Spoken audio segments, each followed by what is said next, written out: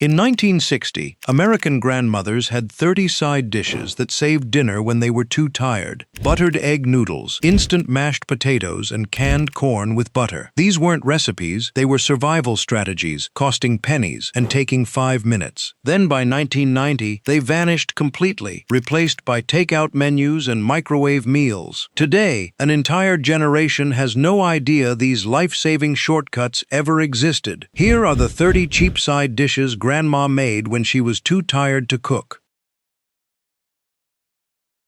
2 ingredients, 8 minutes, 0 thinking required. Buttered egg noodles saved more exhausted grandmothers than any other side dish in American history. Every tired grandmother reached for egg noodles first, because they demanded nothing but boiling water and butter. Wide egg noodles dropped into salted water, boiled 8 minutes, drained fast, then tossed with butter until every strand glistened. Salt and pepper finished it. Nothing else needed. This side dish cost 15 cents in 1960 and fed 6 people without complaint. Factory-working mothers made buttered noodles 3 times weekly because children never refused them and husbands never questioned them. The comfort came from simplicity. No chopping vegetables, no browning meat, no watching ovens, no complicated techniques requiring energy nobody had left, just boiling water and butter melting into hot pasta. Grandmothers kept 5-pound bags of egg noodles in pantries specifically for exhausted days when cooking felt impossible. After long shifts waitressing or cleaning houses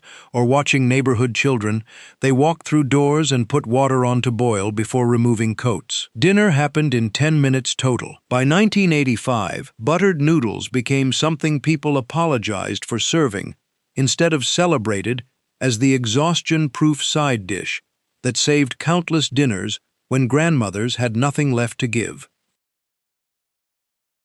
Grandmothers called them miracle potatoes because they turned exhaustion into dinner in 3 minutes flat. Instant mashed potatoes cost 20 cents per box in 1965 and produced enough fake mashed potatoes to fool 6 people into thinking Grandma actually peeled and boiled real potatoes. Nobody complained because nobody knew the difference after long, hungry days. The texture felt close enough to real, the taste satisfied enough to count, and the speed made them irreplaceable for working grandmothers racing against time. Brands like Potato Buds and Hungry Jack promised restaurant quality from cardboard boxes, and exhausted women believed them because they needed to believe. No peeling potatoes for 20 minutes, no boiling for another 20. No mashing until arms ached. Just add water and pretend you cooked. Grandmothers hid empty boxes at the bottom of trash cans so neighbors wouldn't judge. Church potlucks featured them mixed with cream cheese and called fancy. School cafeterias served them daily and called them homemade. Convenience became survival for women working double shifts who still needed dinner on tables by 6 o'clock. The boxes stacked in pantries like insurance policies against complete exhaustion. By 1990, instant mashed potatoes became jokes about lazy cooking instead of tributes to women who kept families fed when every single minute mattered and energy ran out hours before bedtime arrived. Canned corn with butter cost 12 cents in 1962 and required exactly 3 steps. Open can, drain liquid, heat corn in pot with butter until melted, salt and pepper optional. Done in 5 minutes. The sweetness of canned corn made children happy, without grandmothers needing to shuck fresh ears or scrape kernels off cobs for 30 minutes.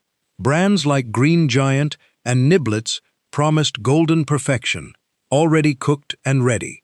Grandmothers kept 6 cans stacked in pantries at all times because corn never failed as an emergency side dish. After double shifts at factories, or long days cleaning other people's houses, they stumbled home and grabbed cans without thinking. No preparation required, no skills needed, just open and heat. The corn tasted sweeter than fresh because sugar added during the canning process made it kid-approved. Church basement dinners served it in giant bowls. School cafeterias slopped it next to mystery meat. Holiday tables featured it when fresh vegetables cost too much, or time ran too short. Some grandmothers added cream for fanciness. Most just added butter and called it done. By 1985, canned corn became something people laughed about instead of respected as the vegetable that kept exhausted women from completely giving up on feeding families. Many of you have been asking where to find these recipes. We've gathered hundreds of them from the Depression era through the 1970s in our cookbook, Grandma's Kitchen. Complete instructions, pro tips in 10 chapters. Link is in the description below. Now, let's get back to the video.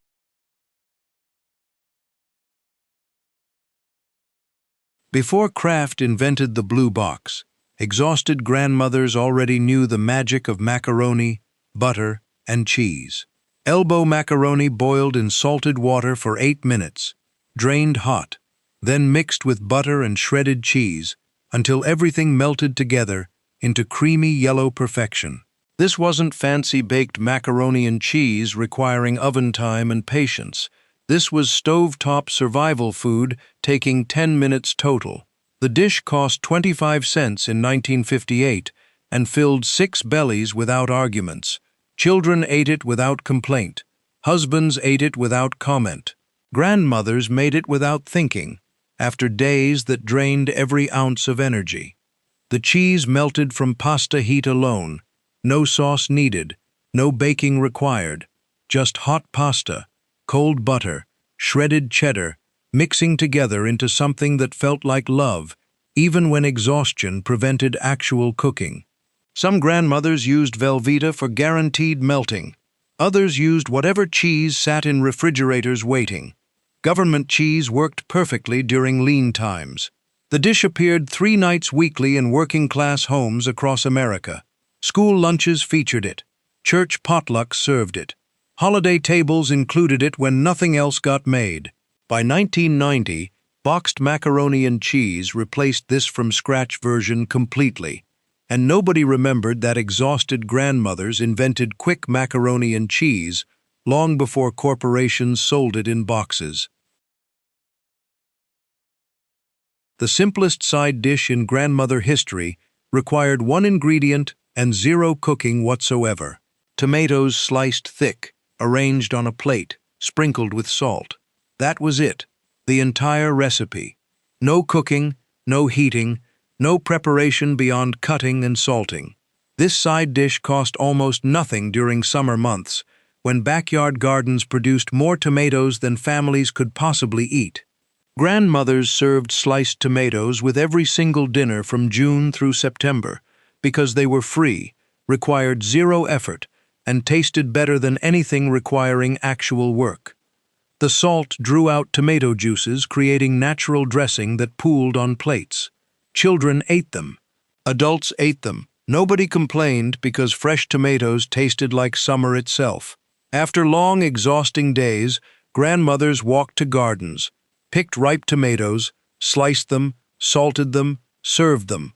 5 minutes maximum. Some added pepper for variety. Fancy grandmothers drizzled vinegar.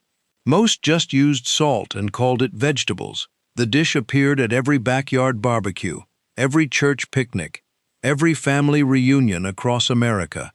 Tomatoes stacked on plates became the universal symbol of summer side dishes, requiring 0 energy from women who had nothing left to give. By 1980, people forgot that sliced tomatoes counted as proper side dishes and started demanding complicated salads instead of appreciating the exhaustion-proof perfection of tomatoes and salt. 5 emergency sides down, 25 more waiting. Number 6 comes straight from boxes. Number 8 lives in jars requiring 0 preparation. Number 10 appears from freezer bags. These weren't just shortcuts. They were survival strategies for women's society expected to work all day, then cook all night, without complaint or rest. When grandmothers ran completely out of energy and ideas, white bread with butter became the side dish that saved dinner. Sliced white bread pulled from plastic bags, butter spread across soft surfaces, arranged on plates, next to whatever main dish existed. Done. No cooking, no heating, no preparation requiring thought or effort. This counted as a side dish in exhausted grandmother households because it was edible, filled stomachs, and required absolutely zero energy expenditure. Wonder Bread cost 19 cents per loaf in 1965 and produced enough buttered bread slices to accompany 6 dinners throughout the week. Grandmothers bought 3 loaves weekly and kept butter dishes on counters, specifically for emergency bread situations. After brutal days working factories or scrubbing floors or watching neighborhood children for extra money, they arrived home too tired to think and grabbed bread. Children ate it happily. Husbands ate it without comment. Everyone understood that buttered bread appearing meant grandmother had hit her limit, and nobody better complain. Some grandmothers toasted bread for fanciness. Most served it soft and called it good enough. The bread soaked up gravy, wiped plates clean, filled bellies when nothing else existed. School lunches included it. Church dinners served it in baskets. By 1985, serving plain buttered bread became embarrassing, instead of understood as the universal signal that exhausted women had reached their breaking point. Southern grandmothers knew the secret to making canned green beans taste homemade involved bacon grease and absolutely nothing else. Can opened, beans drained, dumped into pot with a spoonful of bacon grease saved from breakfast, heated until hot, seasoned with salt and pepper. 5 minutes total. The bacon grease transformed bland canned beans into something that tasted slow-cooked for hours, even though grandmother spent 5 minutes on them.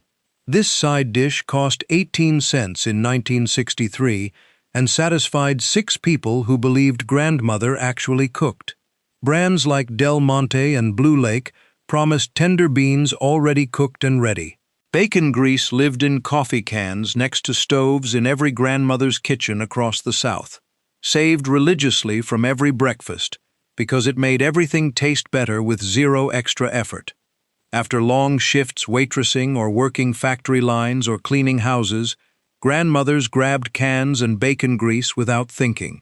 No chopping fresh beans, no snapping ends, no boiling for an hour. Just open, heat, serve. The beans appeared at every church dinner, every holiday table, every weeknight meal, when exhaustion prevented real cooking.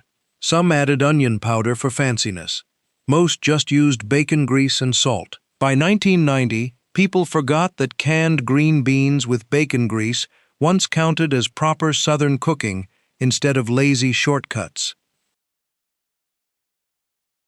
Jar opened, applesauce spooned into bowls, served cold or room temperature. Zero cooking required. Zero preparation needed. Zero energy expended. This counted as fruit, vegetable, and side dish simultaneously in exhausted grandmother logic, because it came from apples, and nobody could argue otherwise. Mott's applesauce cost 23 cents per jar in 1967, and provided enough servings to accompany multiple dinners throughout the week. Grandmothers kept 4 jars in pantries at all times because applesauce never failed as an emergency side when cooking became physically impossible. After exhausting days doing laundry by hand, or working factory assembly lines, or chasing grandchildren, they grabbed jars and called it done. Children loved applesauce. Adults tolerated it. Everyone understood that applesauce appearing meant grandmother had hit rock bottom energy-wise. Some grandmothers added cinnamon for fanciness. Most served it straight from jars. The sweetness satisfied dessert cravings while technically counting as a healthy fruit side dish. School cafeterias served it daily in tiny plastic cups. Nursing homes served it to elderly people with swallowing difficulties. Holiday tables featured it when everything else required too much work. By 1985, serving jarred applesauce became something people hid instead of celebrated as the ultimate exhaustion-proof side dish.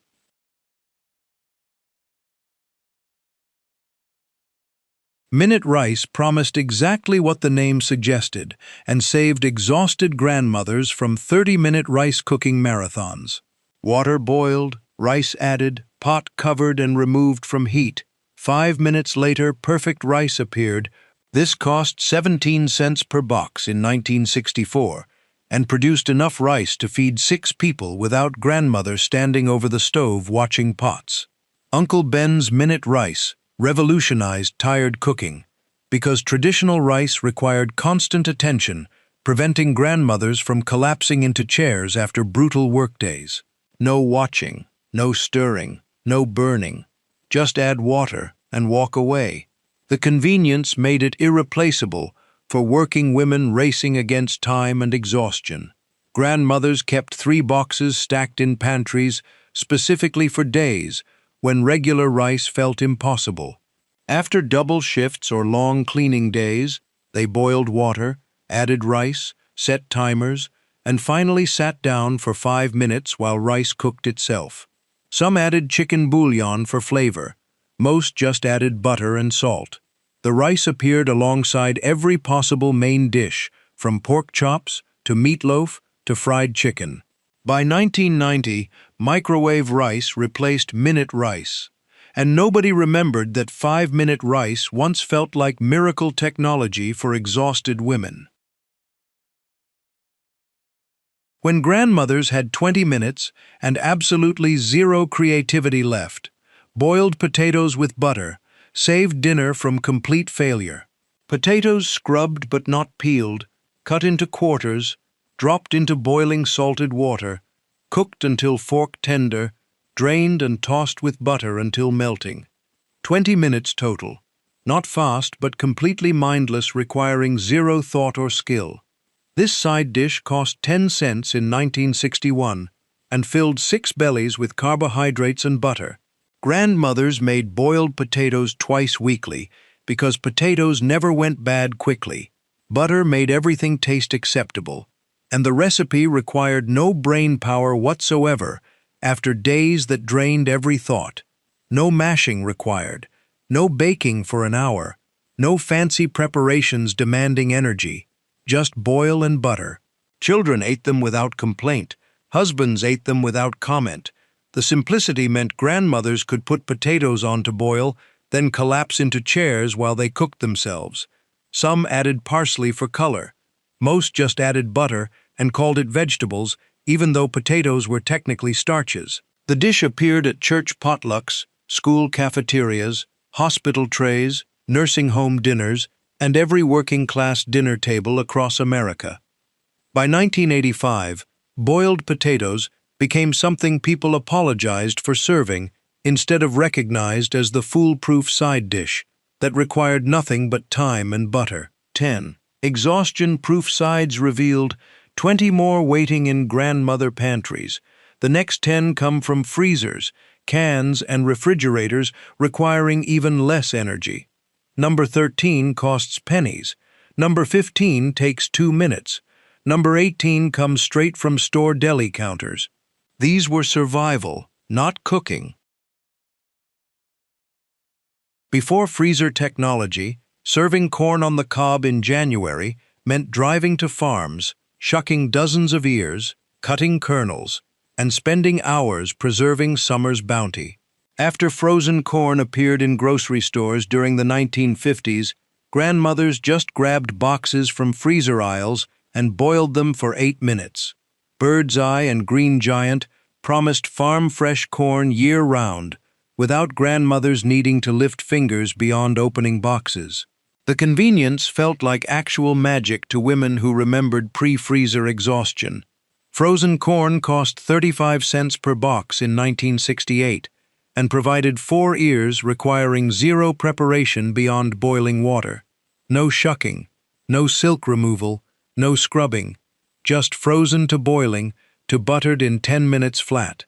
Grandmothers kept 6 boxes stacked in freezers specifically for weeknights when fresh vegetables felt impossible and canned vegetables felt depressing. After long factory shifts or cleaning houses or watching neighborhood children for extra dollars, they grabbed frozen corn without guilt or apology.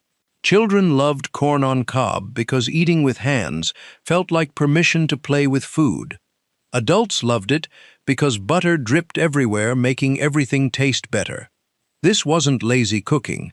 This was working mothers refusing to collapse from exhaustion just to serve vegetables.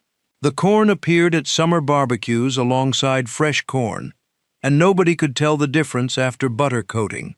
Holiday tables featured it when fresh corn disappeared from markets. School cafeterias served it on Fridays.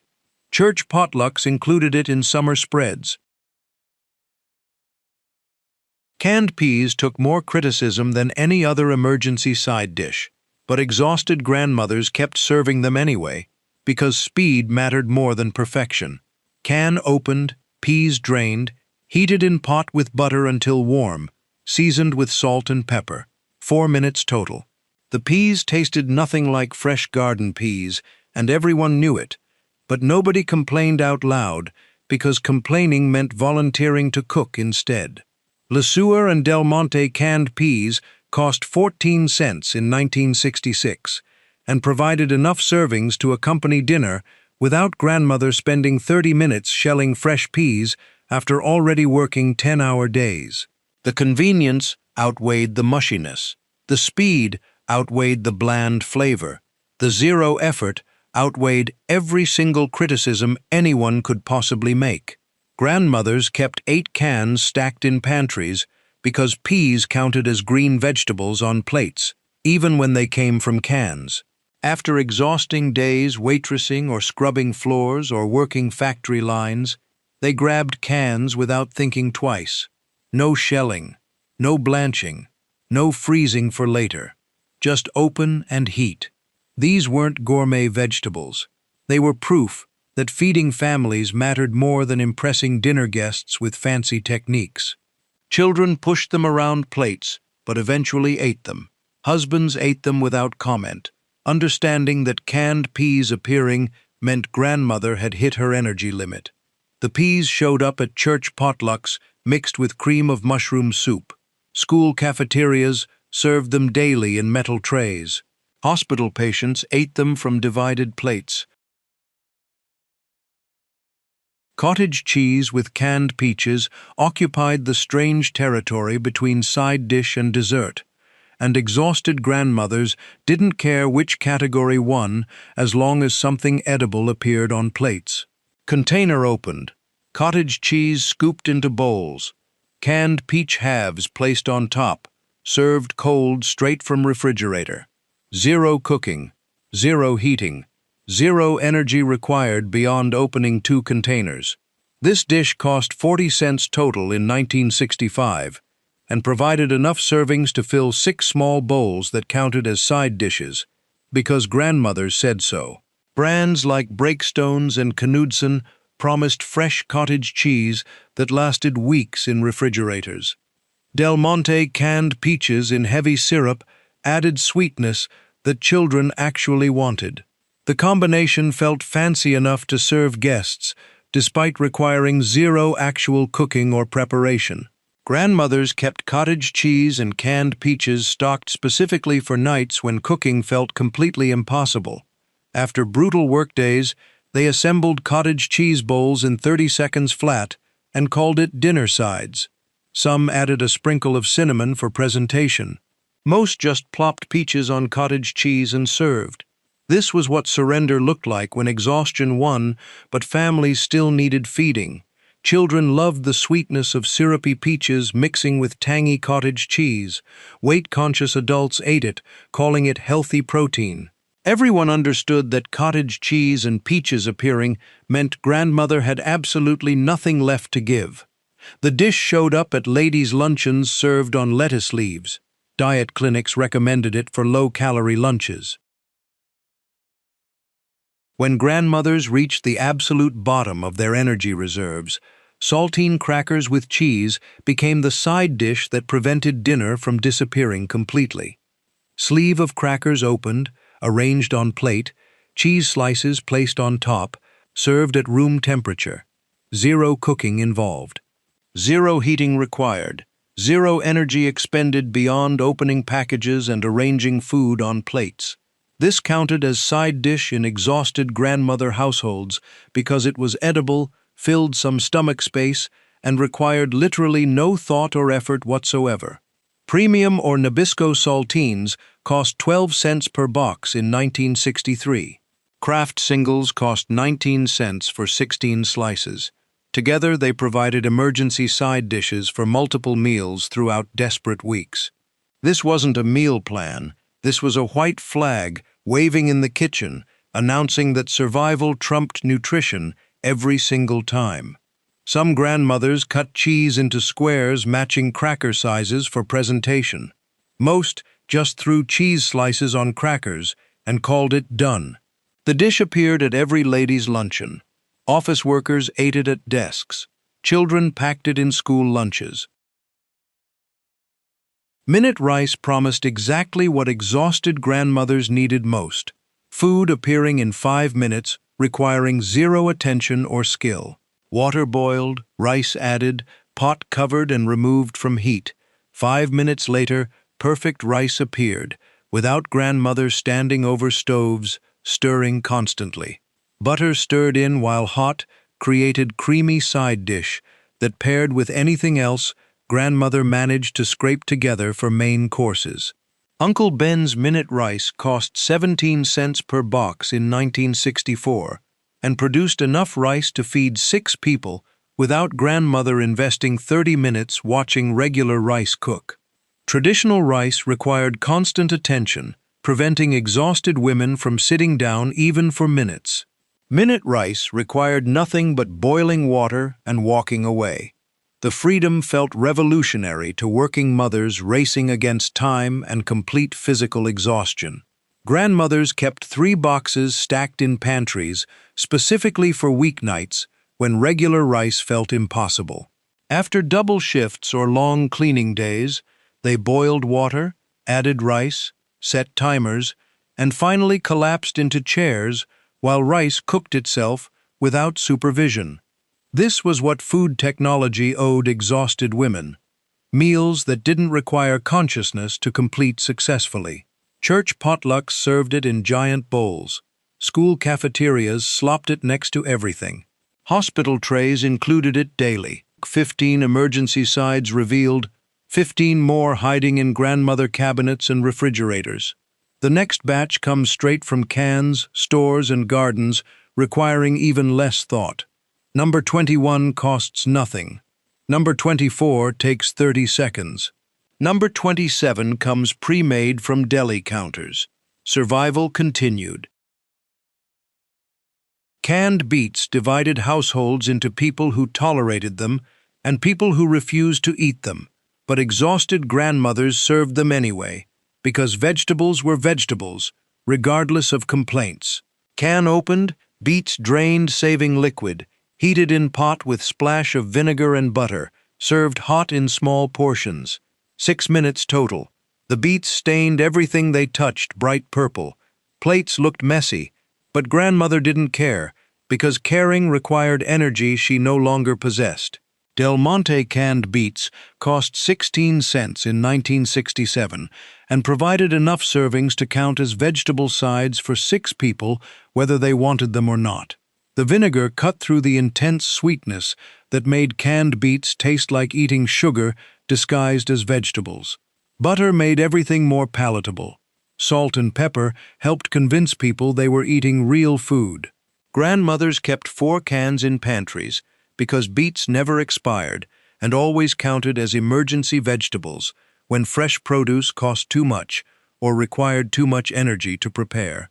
After exhausting days, they grabbed beet cans, knowing full well that complaints would follow, but serving them anyway because dinner needed vegetables. This was maternal authority in canned form. Eat your beets or explain why you thought you had other options. Children gagged dramatically but eventually ate them.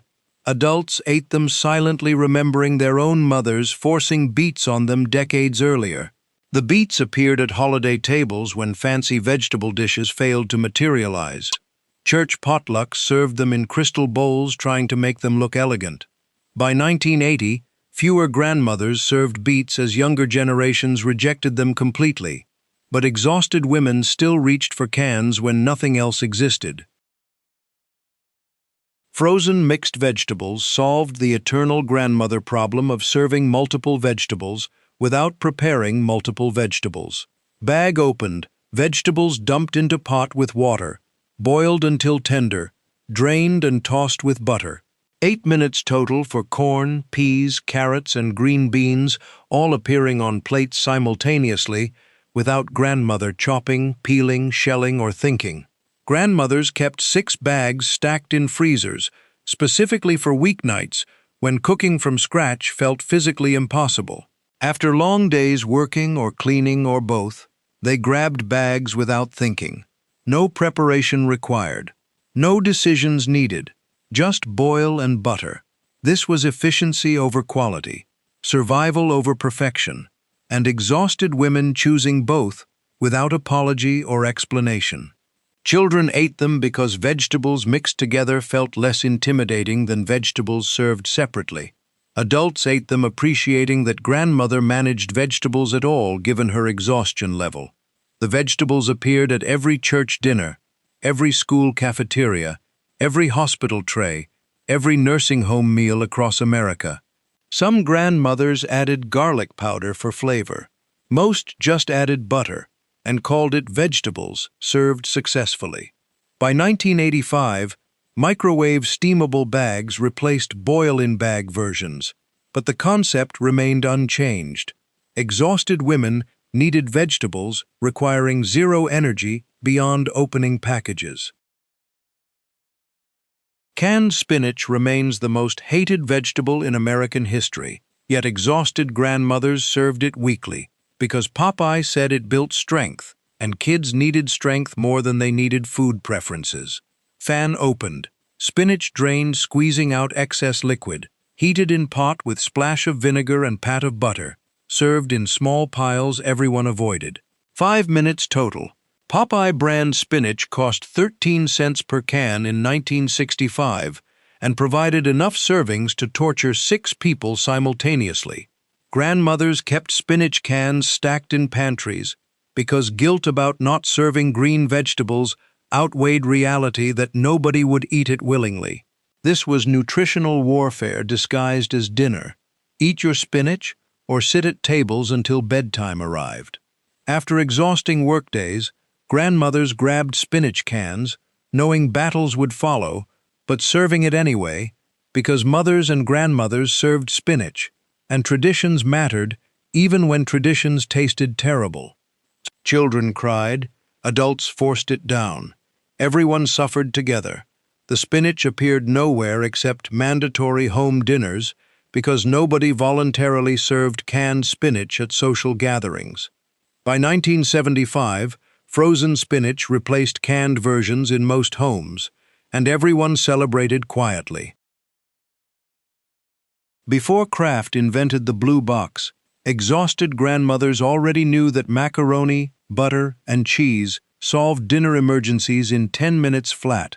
Elbow macaroni boiled in salted water for 8 minutes, drained hot, mixed with butter and shredded cheese until everything melted together into creamy yellow comfort. This was stovetop survival food, taking 10 minutes total from boiling water to serving bowls. The dish cost 25 cents in 1958 and filled 6 bellies without arguments or complaints. Children ate it happily. Husbands ate it silently. Everyone understood that stovetop macaroni appearing meant grandmother had reached her limit but still managed carbohydrates and cheese. Some grandmothers used Velveeta for guaranteed melting. Others used whatever cheese sat in refrigerators waiting. Government cheese worked perfectly during lean times, when grocery money disappeared before week ended. This was poverty cooking and exhaustion cooking and working mother cooking all combined into single pot, requiring minimal consciousness. The dish appeared 3 nights weekly in working-class homes across America. School lunches featured it.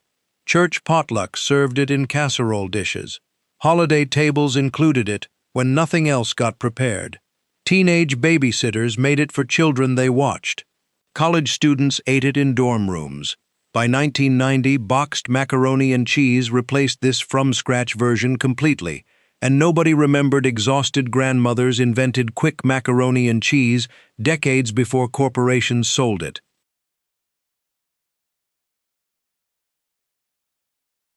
Canned sweet potatoes convinced exhausted grandmothers that Thanksgiving vegetables could happen year-round without grandmother spending hours peeling, cutting, and baking. Can opened, sweet potatoes drained, arranged in baking dish, dotted with butter, heated in oven 15 minutes until hot. 20 minutes total, compared to 2 hours preparing fresh sweet potatoes from scratch.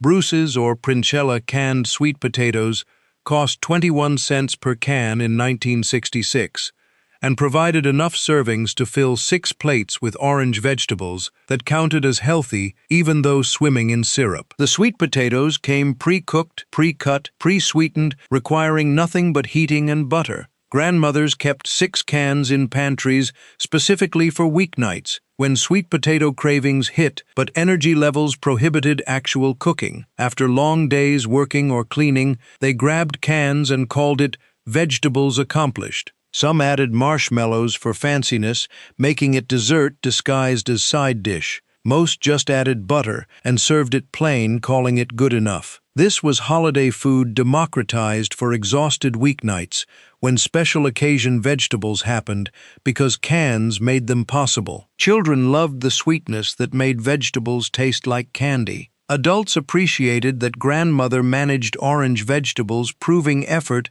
happened even when exhaustion won. By 1985, fewer people served canned sweet potatoes as instant everything replaced canned everything, but exhausted grandmothers still reached for cans when orange vegetables needed appearing. 20 exhaustion-proof sides down, 10 more waiting. The final 10 require 0 cooking, 0 thinking, 0 energy expenditure beyond opening containers and arranging food on plates. Number 23 comes from a store deli. Number 26 uses garden vegetables. Number 30 admits defeat completely. This was survival.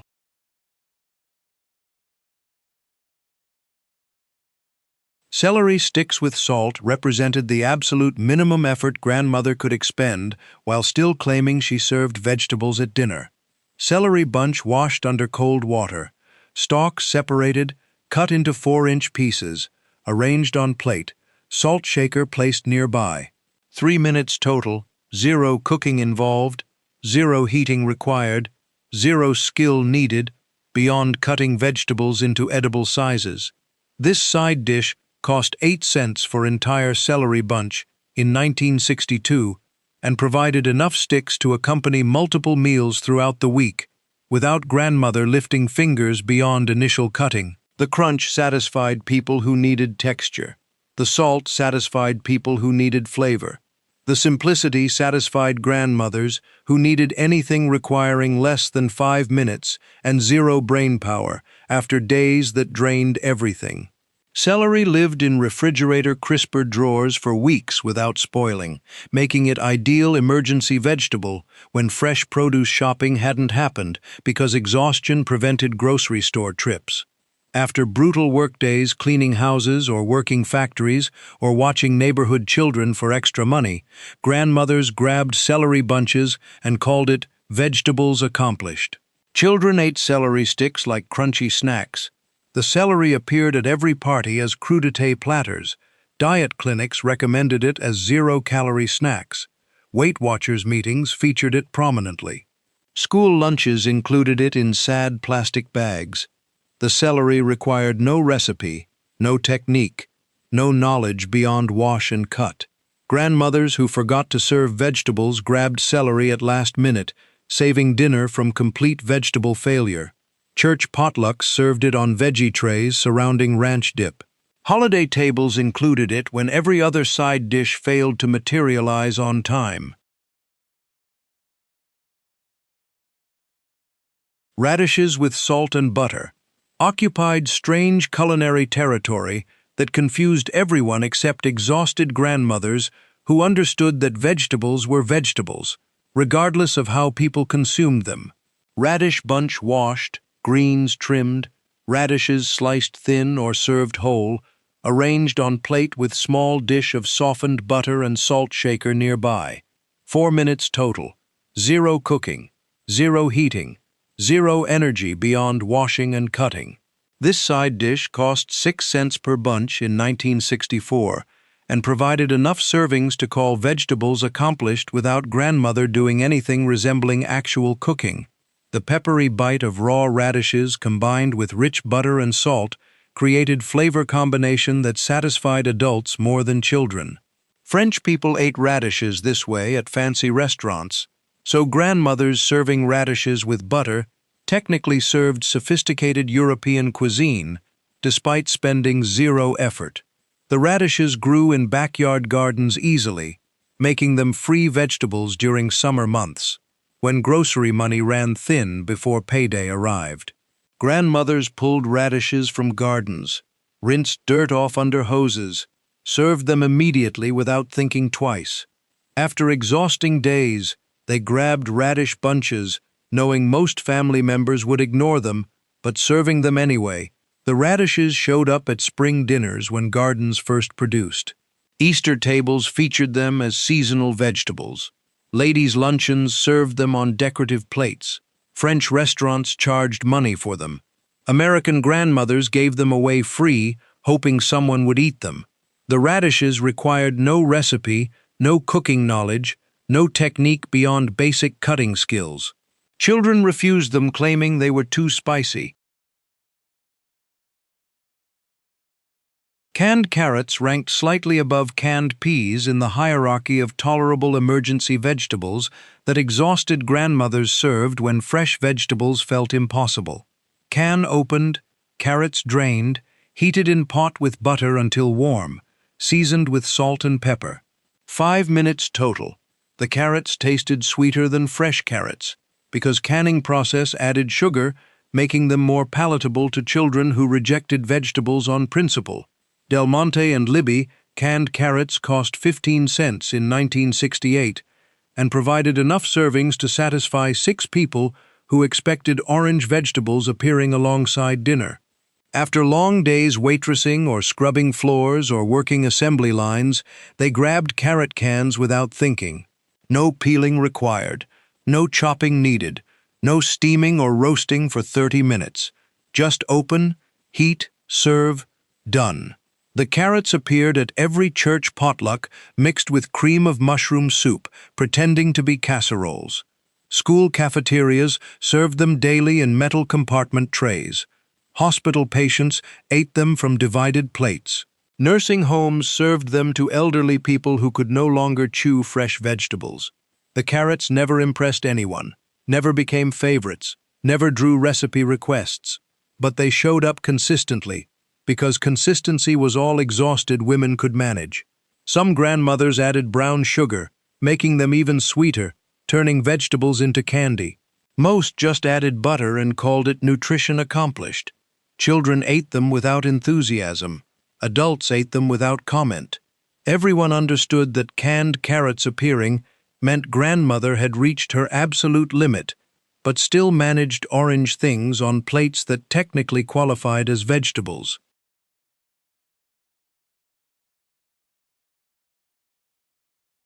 Store-bought coleslaw represented grandmother, finally admitting that purchasing prepared foods beat collapsing from exhaustion trying to make everything from scratch. Container opened, coleslaw dumped into serving bowl, served cold straight from refrigerator. 30 seconds total. 0 cooking. 0 preparation. 0 energy expenditure beyond driving to store and spending money instead of time. The convenience revolutionized tired cooking because coleslaw traditionally required significant knife work and dressing preparation that exhausted women simply couldn't manage after full workdays. Grocery store delis made coleslaw fresh daily, using industrial shredders and pre-mixed dressing. After brutal days working or cleaning or both, they grabbed coleslaw containers and called it vegetables and salad, accomplished simultaneously. The coleslaw paired with everything from fried chicken to barbecue to fish sticks to hot dogs. Children tolerated it. Adults appreciated it. Everyone understood that store-bought coleslaw appearing meant grandmother had completely given up pretending she had energy for cabbage shredding. Some grandmothers transferred coleslaw to fancy bowls hiding store origins. Most served it straight from plastic containers because nobody cared anymore about presentation when exhaustion won. Most served it straight from plastic containers because nobody cared anymore about presentation when exhaustion won. The coleslaw appeared at every summer barbecue, every church potluck, every family reunion across America. Picnic tables featured it in sweating containers. Beach trips included it in coolers. Camping trips brought it in sealed tubs. The coleslaw never spoiled quickly because vinegar and mayonnaise preserved it. The coleslaw never required refrigeration during transport, making it ideal for outdoor events. The coleslaw satisfied vegetable requirements, without anyone lifting fingers beyond opening containers. Fast food restaurants sold it as side dish options. Grocery stores featured it prominently in deli cases. Restaurants served it alongside sandwiches. Canned asparagus represented fancy vegetables for people who couldn't afford fresh asparagus or didn't have energy to prepare it properly after exhausting workdays. Can opened, asparagus drained, carefully preserving delicate spears, arranged on plate, dotted with butter, served at room temperature or heated briefly. 6 minutes total. The asparagus cost more than other canned vegetables at 24 cents per can in 1969, making it special occasion emergency vegetable rather than everyday option. Del Monte canned asparagus came packed in water-preserving green color that made plates look elegant despite zero effort expended. The texture suffered significantly from canning process, turning crisp, fresh asparagus into limp, soft spears that fell apart when touched, but exhausted grandmothers served them anyway because asparagus signaled class and sophistication even when it came from cans. Grandmothers kept 2 cans in pantries, specifically for times when dinner needed elevating beyond usual canned green beans and frozen corn. After long days, they grabbed asparagus cans when company came over, or holidays happened, or someone needed impressing, without grandmother possessing energy for actual impressive cooking. The asparagus appeared at Easter dinners as spring vegetable. Thanksgiving tables featured it as fancy green option. Christmas dinners included it when fresh vegetables disappeared from winter markets. Church potlucks served it, trying to class up standard food offerings. The asparagus required no preparation beyond opening cans and heating, making it accessible to exhausted women who still wanted elegant presentations without elegant effort. Some grandmothers added hollandaise sauce from packets, making it restaurant fancy. Most just added butter and called it sophisticated enough. Children refused asparagus, categorically claiming it tasted like swamp water. Adults ate it politely, pretending canned asparagus resembled fresh versions they remembered from better times. The asparagus never became favorite vegetable, never drew compliments, never got requested for repeat appearances, but it showed up consistently at events requiring fanciness grandmother couldn't otherwise provide. Fancy restaurants served fresh asparagus for dollars. 25 emergency sides revealed, 5 more waiting. The final 5 admit complete defeat. Number 26 boils cabbage into submission. Number 28 arranges lima beans nobody wants. Number 29 slices cucumbers requiring zero thought. Number 30 serves egg salad when everything else failed. This was survival. Boiled cabbage with salt represented rock-bottom vegetable cooking, requiring minimal ingredients, minimal effort, and minimal expectations from everyone eating it. Cabbage head quartered, dropped into boiling salted water, cooked until tender, drained and served with butter and extra salt. 20 minutes total. The smell filled entire houses with sulfurous odor that announced poverty cooking to entire neighborhoods. But exhausted grandmothers didn't care about olfactory judgments when feeding families mattered more than maintaining pleasant aromas. Cabbage cost 9 cents per head in 1963, making it cheapest vegetable available during winter months, when fresh produce disappeared or became unaffordable. One cabbage head fed 8 people easily, stretching grocery budgets further than any other vegetable could manage. The cabbage required no skill beyond cutting and boiling, making it accessible to anyone capable of operating stoves and knives simultaneously. Grandmothers made boiled cabbage twice weekly during winter because cabbage stored for months in root cellars or refrigerators without spoiling, providing reliable vegetables when nothing else existed. After exhausting days, they grabbed cabbage heads and boiled them without thinking, because thinking required energy they no longer possessed. Cabbage tasted bland and slightly bitter and smelled terrible, but it filled stomachs and provided fiber and counted as vegetables on plates where vegetables needed appearing. Some grandmothers added bacon for flavor improvement. Most just added butter and salt, calling it good enough, because good enough was all they could manage. Children gagged at cabbage smell wafting through houses. Adults ate it silently, remembering Depression-era meals when cabbage kept families from starving. Everyone understood that boiled cabbage appearing meant money had run out, or energy had disappeared, or both happened simultaneously. Canned lima beans remain the most universally hated vegetable in American history, yet exhausted grandmothers served them weekly because vegetables were vegetables, and children's preferences ranked below nutritional requirements. Can opened, lima beans drained, heated in pot with butter until warm, seasoned with salt and pepper. 5 minutes total. The lima beans had mealy texture that dissolved unpleasantly in mouths and tasted like eating chalk mixed with disappointment. But grandmothers served them anyway, because serving vegetables mattered more than serving vegetables anyone actually wanted eating. Del Monte canned lima beans cost 14 cents in 1966 and provided enough servings to torture 6 people simultaneously with vegetables they unanimously despised.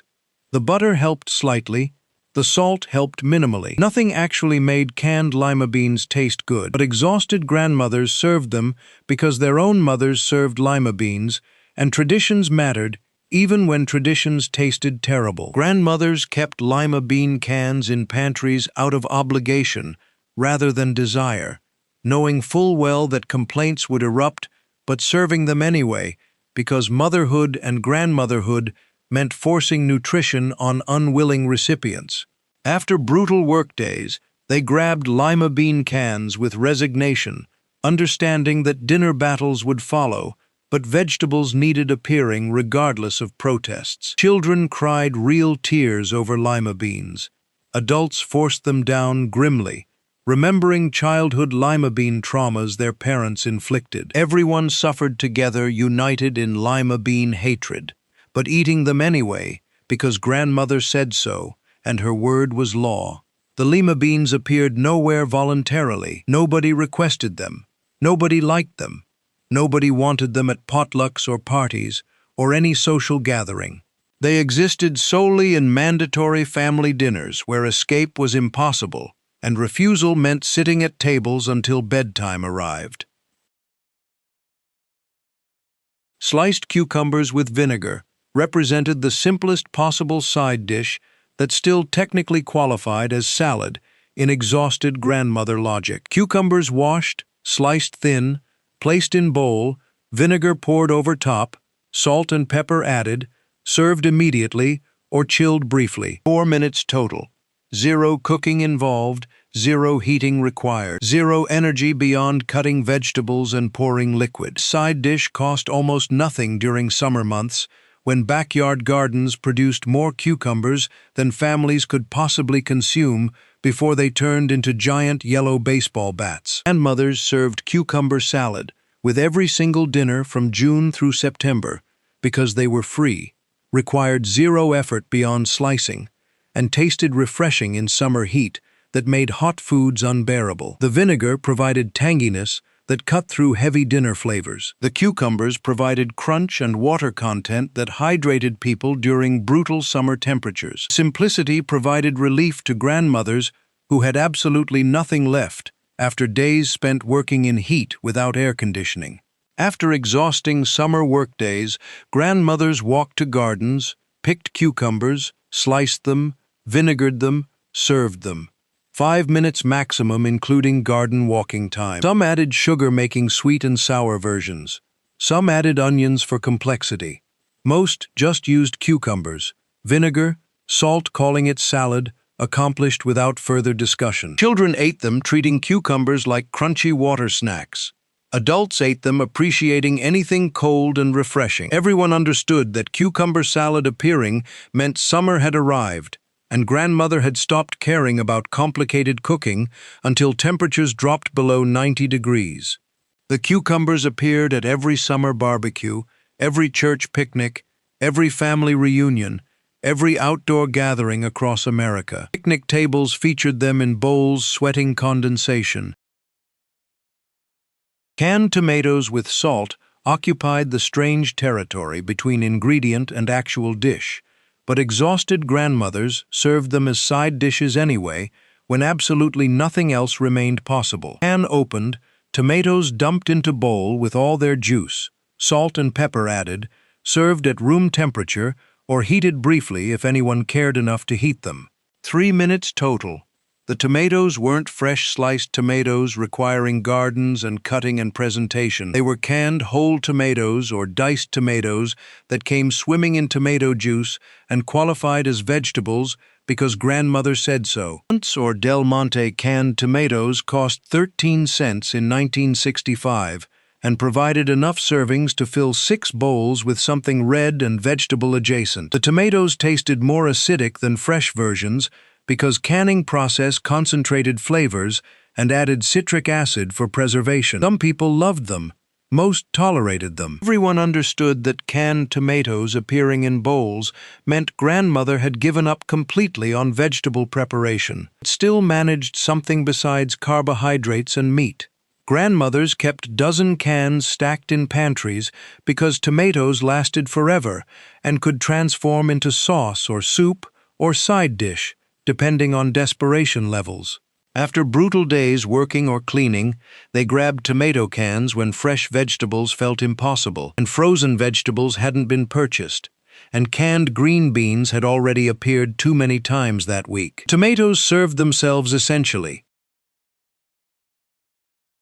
Egg salad on lettuce represented the final surrender, when exhausted grandmothers had absolutely nothing left, but still needed protein and vegetables appearing on plates somehow. Eggs boiled, peeled, chopped, mixed with mayonnaise and mustard and salt and pepper, scooped onto lettuce leaves, served cold. 25 minutes total, mostly spent boiling eggs, while grandmother collapsed into chairs. This wasn't fancy egg salad with celery and paprika and fresh herbs requiring energy and chopping and caring. This was emergency egg salad, made from whatever eggs remained in refrigerators and whatever mayonnaise hadn't expired yet. The dish cost 30 cents in 1967 and fed 6 people with protein that technically counted as side dish because grandmother arranged it on lettuce, making it look intentional. Eggs lasted weeks in refrigerators without spoiling, making them reliable protein when grocery shopping hadn't happened because exhaustion prevented leaving houses. Mayonnaise lasted months. Mustard lasted years. Together they created egg salad that satisfied protein requirements when cooking meat felt completely impossible. Grandmothers made egg salad twice weekly during summer because cold food felt more manageable than hot food during heat waves. After exhausting days, they boiled eggs in morning before work, peeled them at night, mixed them with mayonnaise, called it dinner accomplished. Children tolerated egg salad, treating it like chunky deviled eggs. Between 1950 and 1990, 30 emergency side dishes disappeared as takeout replaced exhausted grandmother cooking. Buttered egg noodles, instant mashed potatoes, canned corn with butter. These weren't recipes, they were survival strategies for working women who still needed feeding families after brutal 10-hour shifts. They vanished because society decided convenience meant ordering food instead of opening cans. Delivery apps replaced bacon grease. Microwave meals replaced boiling water. The shortcuts that saved exhausted women became embarrassments nobody admitted using. Now we pay $15 for side dishes grandmothers made for 15 cents. Food delivery promises convenience, while erasing memory of women who invented convenience decades earlier, using cans, butter, and salt. These 30 sides aren't coming back because the exhaustion that created them never left. It just got monetized by corporations selling what grandmothers gave freely. Proof that survival mattered more than perfection. When energy disappeared, but families still expected dinner appearing magically on tables every single night.